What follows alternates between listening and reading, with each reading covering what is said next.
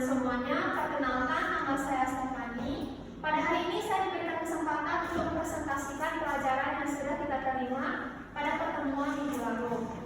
Dalam bentuk studi kasus tentunya.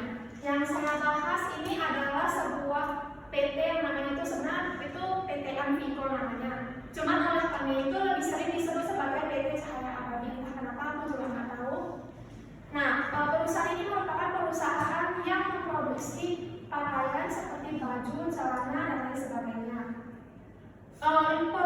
Perlu sekali implementasi strategi yang tepat untuk mengembangkan perusahaan menjadi semakin maju. Ada pula tujuan tahunan dari perusahaan ini adalah yang pertama, mendapatkan laba sekitar 50 juta setiap tahun.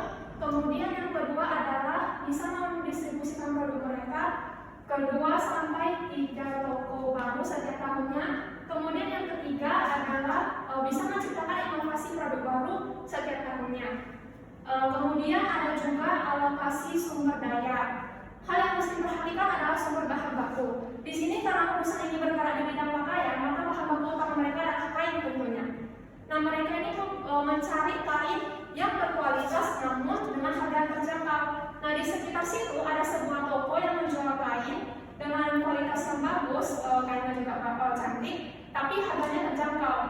Makanya perusahaan Anvico ini memasok kainnya ini dari toko ini. Toko ini sebagai pemasok utama kainnya. Jadi kalau misalnya kain yang mereka produksi itu habis, mereka bisa segera langsung ke toko itu buat stok lagi kainnya gitu dari sana, karena kan lumayan dekat juga, gak jauh-jauh banget gitu. Terus selanjutnya itu sumber daya manusia. Di perusahaan itu ada dibagi departemen-departemen seperti ada yang potong kain, ada yang jahit baju, terus ada yang desain baju itu. Jadi karyawan yang bekerja di sana harus memiliki keahlian yang sesuai dengan perusahaan tersebut. Jadi ditempatkanlah sesuai dengan kemampuan mereka masing-masing. Ada yang bisa, kalau misalnya dia jahit ya dia yang jahit baju, yang kalau dia bisa potong kain yang semacam itu, dia diletakkan di departemen sesuai dengan keahliannya. Kemudian selanjutnya itu ada namanya teknologi.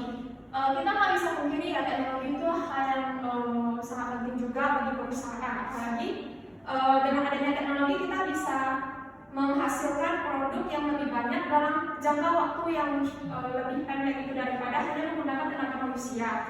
Kalau di perusahaan baju seperti ini, perusahaan Anvico ini dia pakai ada mesin, ada namanya mesin obras, ada namanya mesin jahit jarum 1, ada mesin jahit jarum 2. Ini jarum 1, jarum 2 beda fungsinya, tapi kalau untuk fungsinya berbeda bagaimana itu adalah sepengetahuan dari perusahaan tersebut.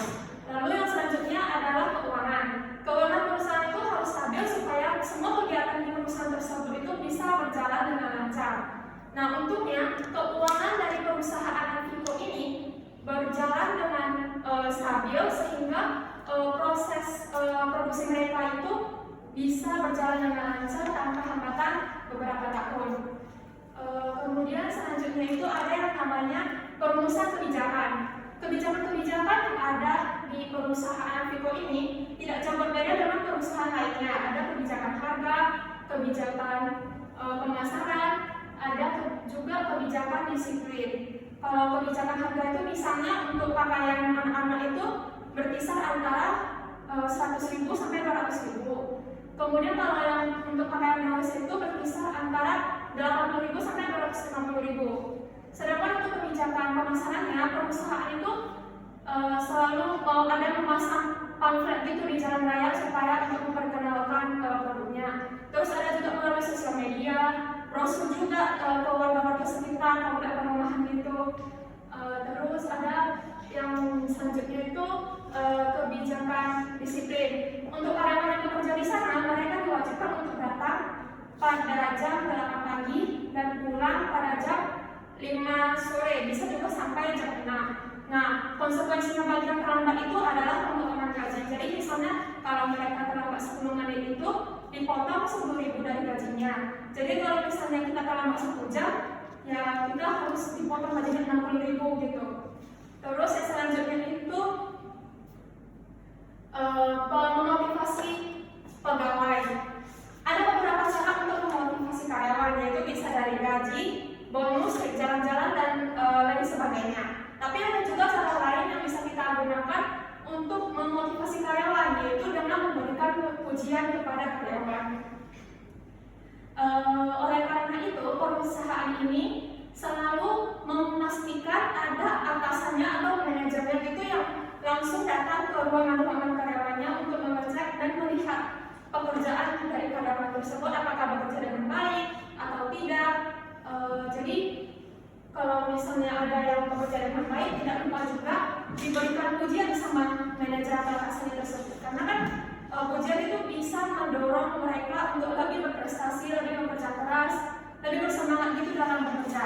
Jadi kalau misalnya mereka termotivasi untuk bekerja lebih keras, maka bisa meningkatkan produktivitas dan kinerja dari karyawan